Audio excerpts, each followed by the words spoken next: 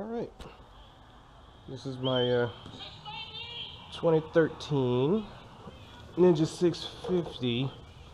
I'm going to do a chain replacement because my chain's acting up. I got some issues with some lurching, some inadequate acceleration, and even when I pull the clutch in, I can feel the sensations of the bike kind of just not being right. So I checked my chain and it's binding up a little bit on me. So if I spin it, that's a bind point. It's not moving. I got some squeaking. Turns out I got some seized sections. I'm trying to find one. I don't know if you can see it, but this little booger here, that's a blown O-ring. No pun intended. And it's just not good. I don't know if it's caused by my wheelies or whatever. It's not caused by bad maintenance because I keep my chain pretty greased up and well maintained. So that's neither here nor there. I'm going to take this baby off and put a new one on. I got all my tools and stuff out. I got my little DeWalt kit with a bunch of little hex keys or hex head bits. I marked the ones I normally use with black electrical tape. It makes it easier for me to find. I don't have to dig around, keep trying sizes, all that crap. Give me a little impact, and I think that the sprocket is a 32 millimeter, so I'm going to be using that to rip this thing off with a breaker bar. This little impact isn't gonna be tough enough to do it. I got my new sprocket and stuff over there, and I got my epitome of manliness, my guard dog, watching my shit so nobody walk up on me. Got a caliper, and I have two chain brake tools, chain rivet tools. This is one I got from Harbor Freight. It's a little cheapy. It does the job. I bought two of them. They were so damn cheap. I bent the pin. I used it improperly before I knew how to do it. I haven't done this for a long time. Did it a couple years ago with my 06 here because I wanted a red chain. I changed the color and screwed it up. Ended up buying a better one, the Motion Pro one. It's like $100-something. It's got all this fancy shit in there, a bunch of anvils, a bunch of brake tips, and it's got a rivet tip which is already in the device. It's just overall better quality. It's probably tougher, and now that I know how not to mess up my tools, I will try hard at not doing that. Damn flies. Alright, let me start her up and show you how it looks. I don't know how long this video is going to be. I don't know how long the camera's going to last. I haven't used this camera in a while. I'm rocking the what am I wearing? Pivot head, the Moab. It's like first gen. It's old as hell, but I still love this thing. Plus, don't mind my background noise. I like to listen to comedy radio when I'm doing shit. Let's start this puppy up, and you can see it a lot better when it's moving. Drop it into first gear and just watch the chain. Oh yeah, yeah. Kickstand's down. Okay.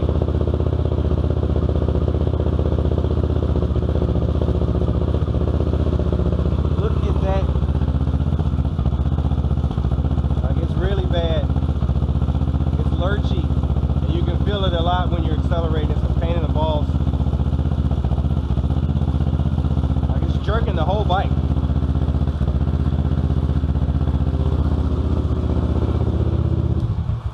Yeah, so we gotta fix that. Me no likey. Most of these videos, they do the thing where they're like, oh well, you know, if you don't know how to take off your tire by now, then you shouldn't be at this point. I hate when people do that shit because not everybody knows how to take their damn tire off.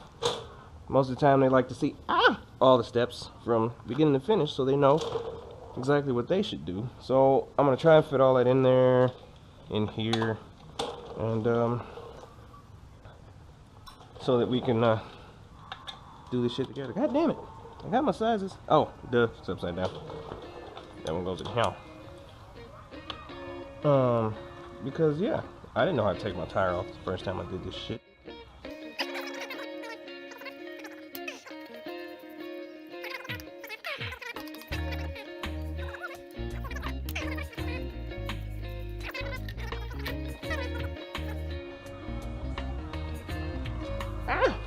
I got no man screw. Don't you chase them cats, goddamn dog. Ah! Woo! As I wipe the brow sweat.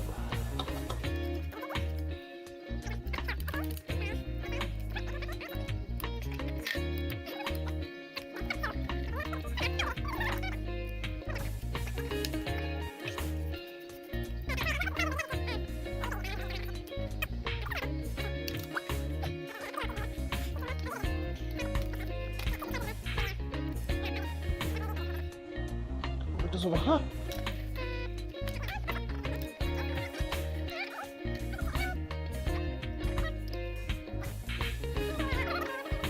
Bullshit.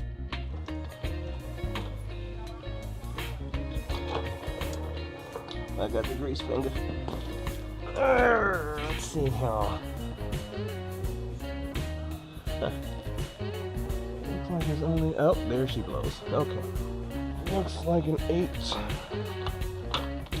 I don't think that my adapter will run on. Let's try 10. Nope, 10's too big. Way too big. 8. Oh, man. I only tried 10 because I doubted myself. Don't doubt yourself. Perfect. Okay. Grab this little bugger.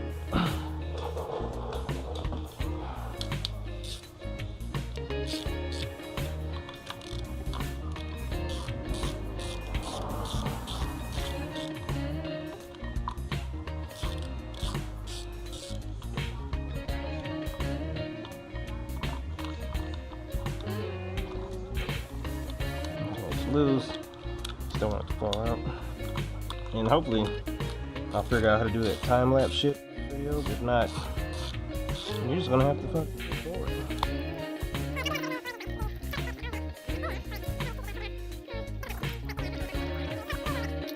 What you doing, dog? You look suspicious. Yeah. You about to be on TV? Or the internet. Wanna smile? No? Alright, get. Go on. Go on. Okay. So, this is the lock washer. Not lock washer, but it's the washer that locks the bolt nut. Sorry. This is the worst thing ever. Ever. And this is the speed sensor. So we're gonna take this baby off. There's also 8 and that probably 10 because science.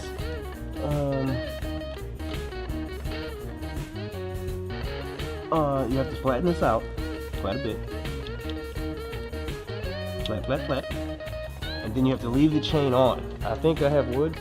Not an innuendo, but you gotta shove some wood in here or somewhere appropriate, or hold down the brake lever so that the sprocket does not I'll leave it in first. I'll take it out of first because you don't want to damage your engine. If you leave it in gear, you can cause problems. And you don't want to do that. You want to hold the brake, which holds the tire still, which holds the chain still, which allows you to put pressure on this booger to get it out. It's a pain in the balls. This is the actual sensor itself connected to its mount, so I gotta take the mount off.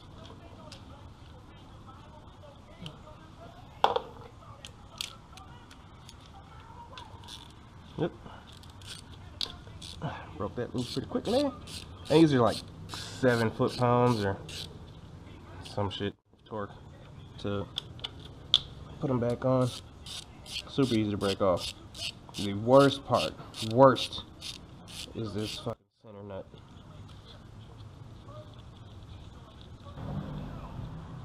So I'm gonna flatten this out with like a hammer and a flathead screwdriver. There's a little post here that hold that on. I'm gonna clean this booger off too before I put it back and blast all of this. This is Years and years of goo, you know. Clean all that out. There's the flat edge right there. That's the one that's gonna stop me. So I'm gonna bend that out with a flathead hammer. This is gonna be slow and tedious because I don't want to screw up my shit. I know I'm taking this sprocket off, but I don't want to damage this nut too bad to where I make it to where it might warp or strip or any of that later. So I'm gonna do all this, and I'm gonna show you how I remove the chain. I'm not actually gonna use the brake tool. I'm gonna use the Dremel with the cutting disc, and I'm gonna zip straight through this bitch. I'm not reusing the chain.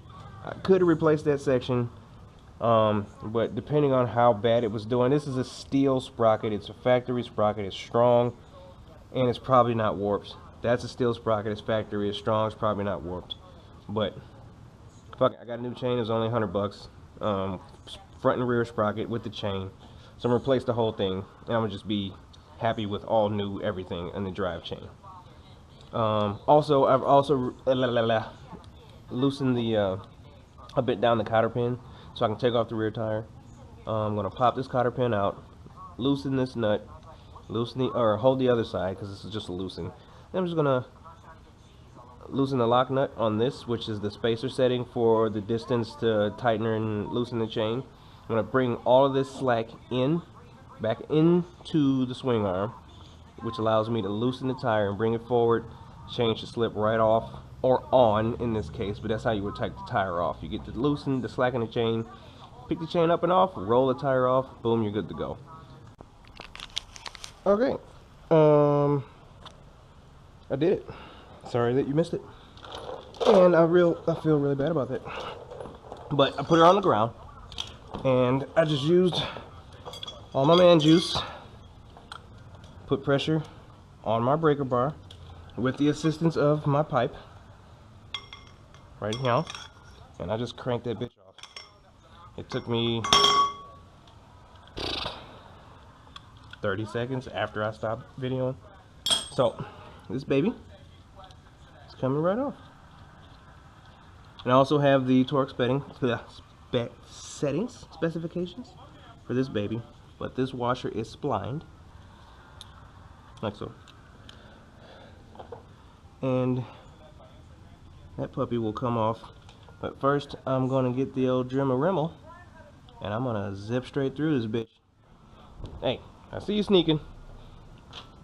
Back over the line. Back over the line. There you go.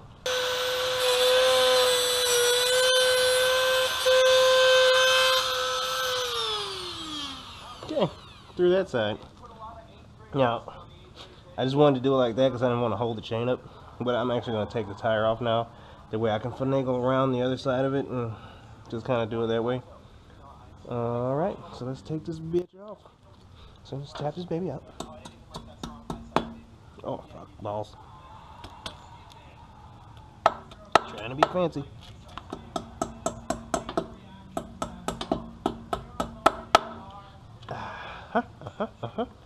Got it? Okay. Now, this baby goes right me out. Oh, damn it. I do need my breaker bar. I've let you down.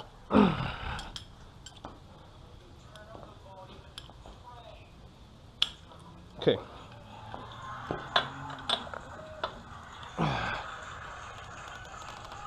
And we're loose. Okay. And we're going to grease up the axle also when we put her back in with some high-speed lubrication. God damn it. This is why I end up with no gloves, because you just don't have the dexterity. There we go. Okay. It goes down. Let's pop that baby out.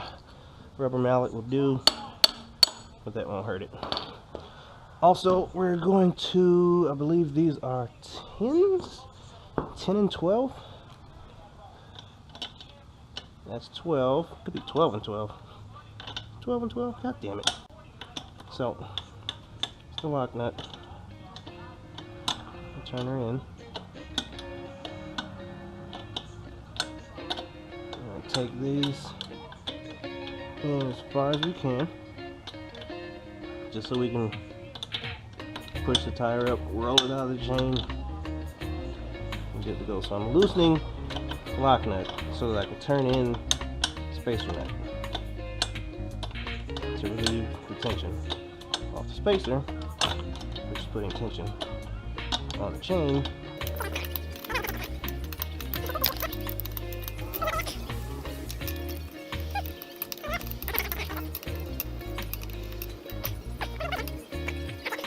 Side note, take your goddamn brake caliper off, which is easy. Got those two bolts there. Look at that. Booyah. I'll leave these over here because this is the side that they were moved from. Oh, good lord. That's it. I don't know how long this video is going to be, so all of this shit, just be mindful. I already changed my brakes. Those things are meaty. Be mindful of what you're doing and just do all this shit. It should be good to go. Spacers come off with the axle, so careful. You want to just take them off. Make sure the lines are facing the outside. Okay. Boom. There. Boom there. The tire is removed. And there's the brake, or rotor. And there is the sprocket, which I'm going to take off, which is really pretty self-explanatory. All these are going to come off. I'm going to put the new one on. Okay, now we just go and get off me.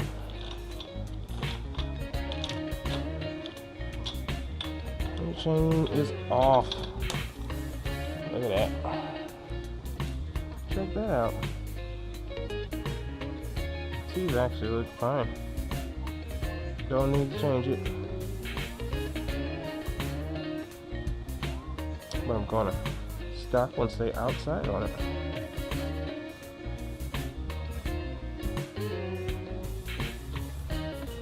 See how we end up. I got everything on there. And there's a special way you have to route the chain. You can't just throw it on there. You have to put it in place, up, over, around the sprocket. Or you can start here. But I like to roll it over the rear sprocket at least. The new chain's all lubed up. All I have to do is worry about getting the master link in. That word I do know. And everything will be good to go. This is not torqued down properly yet because I have no pressure to withstand the force. It's just going to spin freely. So I'm just going to start this puppy.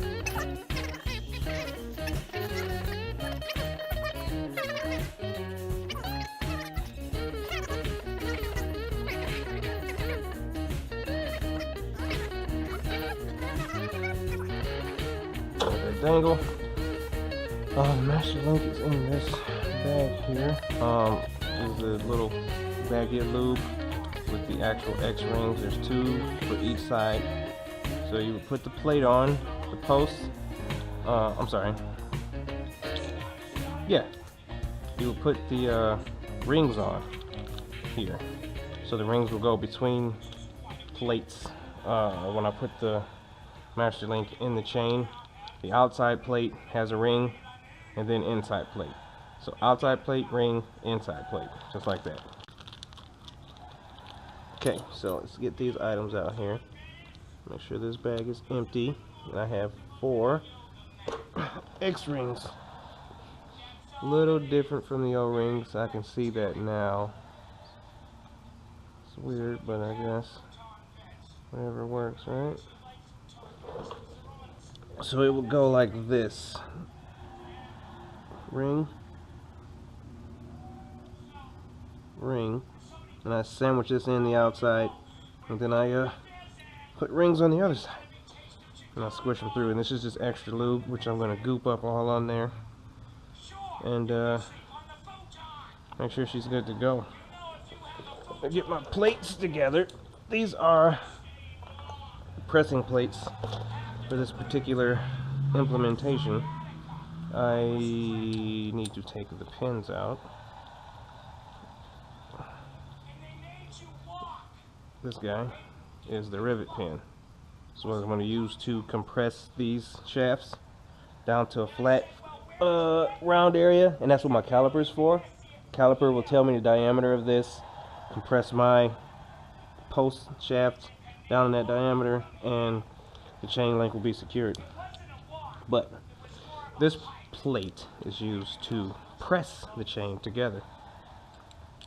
These guys, this goes on the outside plate, this goes on the inside. You ratchet her down a little bit just to get the post to come through, and they stick there until you can rivet them down properly. This is a bit of a pain, so do not make fun of my fumbling, because I'm gonna fucking fumble. So we're gonna goop this shit pretty much everywhere. You know, it's not gonna hurt to have extra lube. So I'm gonna bring this puppy up. Boom, like so. I'm gonna bring this puppy up. Oh, come on. Oh. So this is the pain in the ass part, because I think my tire is up as far as it can go.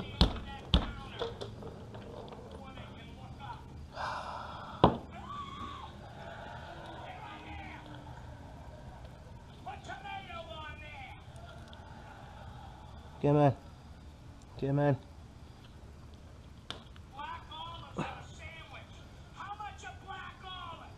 I do not want to do this with the tire off.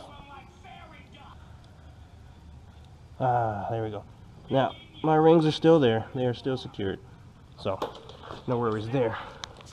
Now, goop this shit up. On this side. Goop it up. On this side. Everywhere, whatever. Get it all on there. Put these rings. Place them ever so neatly. And going gloveless now because I need to be able to feel this. And this is the plate. Lettering's on the outside. Whoop. 520 VX2. Place this puppy on there. Well, she's pretty much good to go, except for the fact that the plates now have to be pressed to allow the post to protrude.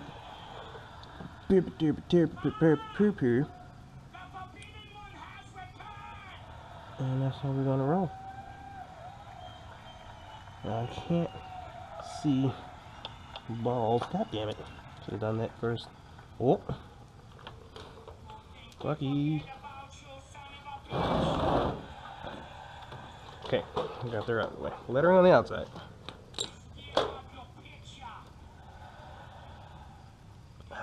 Wait, please stay. Just stay for me, please.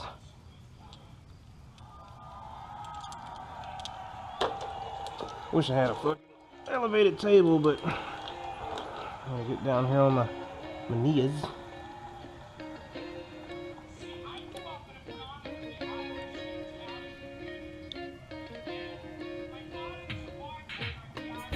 The back plate has grooves.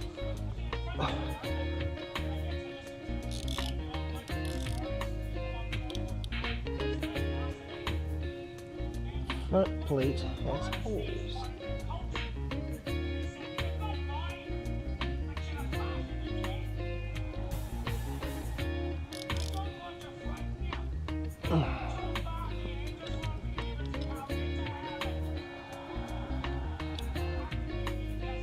Okay. Lined up. This is what I'm gonna do. I'm gonna stop this video because I can't do the shit with glasses on. And I'm gonna get the plates pressed together, but that's what you're supposed to do, line the posts up with the plates. But I can't function with this thing, I gotta move my head around. So I'm gonna pause this and I'm gonna show you the after effects, then we're gonna rivet. Okay, so we're recording again. I gotta take a little food break because brother was hungry. So basically I made use of my caliper and I made use of the rivet tool. It's extremely hard to show with the setup I have here and the angles that I have, but basically you take the rivet tool and you place the anvil, which is this guy, into the base here, and this cup inside the anvil grabs a hold of this rivet on the opposite side of the master link here, and it holds it in place. Really, if you just push it up close, you bring in the inner cylinder and the outer one. I'm sorry, the outer cylinder, and the inner cylinder has the actual rivet tool inside of it, which is basically this little nubby here with a rounded tip. So you bring the inside all the way in, and it rivets your posts to the specified flare. Basically, you bring the outer cylinder as close as you can to the post, and then once this meets it, you bring the inner cylinder in to flare that tip out so that you can meet the specs so that your link doesn't pop out. So when I use the caliper, I used it first when I was using the press tool. I measured the plates width on a link that was already in place. Oh, I'm sorry, let me zero-rize this real quick. I did it in millimeters, so I'm gonna switch back. So basically, the plate that was in place was about 16 mil. My plate is about 16 mil, 16.69. This one's like 16.59, 96. Mine's a little tighter than specs. The reason it's okay is because the difference is only in tenths of millimeters. It's not like an entire millimeter difference. And it may loosen within time just a little bit because the flaring on these posts are from the outside of the post, not necessarily the center. And yeah, it's not that big a deal. So it's not an extreme difference in the compression between the factory pressed plates and the plate that I put in, and the flaring on the posts is the same as the flaring on the factory press rivets here. So chain is actually good to go. The camera's cut off on me. The battery died, and I was like, you know what, screw it. So I buttoned her all back up, and I made sure everything was nice and neat and tight, and torqued down the factory specs because I do have the service manual and I also have the manufacturer specs for the chain. Did all the research before I started this. The only thing I didn't do was secure my cotter pin. I just put it in there because I rode around for a little bit last night and the chain was still a little loose. Popped her back up on the stands, tightened the chain up, and now I actually can just fold this thing out and be good to go, and she's all set. And you know, just for reference, I didn't have to do all that stuff I did last night to take the tire itself off. So if you're just doing a tire change or anything like that, you don't have to loosen the damn it, I had words. Where are the words? Come on, words. You don't have to loosen the lock nut on this adjustment post for the spacer, because when you take the axle out, the tire's just going to drop and you can just roll it out of the chain. I just did a lot of pre-work because I knew that I was going to need that space back because the new chain wouldn't be anywhere near as stretched as the old chain was. So I just decided to do all that stuff and bring it in. Turn down my radio before I started to put the tire on there and have to finagle that chain, because as you can see, I was having trouble getting it to meet. I had to get it just perfect, and if I didn't take up that slack that I had here at all this room, not all of that room, but it was farther back, I would have been just fucking struggling for no reason. So I knew I was going to need that space. But if you just try to get the tire off, pop this baby off. Make sure you keep your spacers handy. There are some bushings here. Those things pop off and they're a pain in the dick to get back on because they're basically held on with the viscosity of the grease that's in there. So if you pop one off, you can put it back in there and it'll stay. But if you nudge it, knock it, it'll pop back out, and it's just a pain in the ass to get the tire back on by yourself. Other than that, she's good to go. Bike runs smooth. There's no more lurching, and as you can see, it comes to a slow, steady, progressive stop. It didn't just fucking bind up and stop on me. And I'm serious, you can feel that shit when you're accelerating. When you pull the clutch in, you're just letting it roll. It's very annoying. So if you're having that same problem, check your chain. Of course, check your fuel, check everything. You know, check your intake. Make sure there's no clogs, make sure the engine's not starving. But mine was definitely chain. And that's pretty much it. I like the new sprocket. It's shiny. It's a little shinier than I would like, I guess. I got a dark bike here, but whatever. I mean, these are shiny, so we got some shine there. So I appreciate you watching. If you learned something, great. If you didn't, hey, I tried. But hopefully you take something away from this video. And I know a lot of people like to see their bike. Like, you can see a video like this anywhere. You can learn how to take off a motorcycle tire, learn how to take off chain, or learn how to take off sprockets. When I search, I look for my bike, because every bike's a little different. And sometimes you just want to see somebody with your same ride. Like, I like to see people working on the Ninja 650. I don't want to see somebody working on the GSXR or the R6. I mean, they're awesome bikes. If I get one, I would want to learn how to work on that bike. So I just decided to do a video for my bike and possibly your bike. But they're very similar. A lot of the processes are the same, but this particular one is for the 2013 Ninja 650. And again, thanks for watching.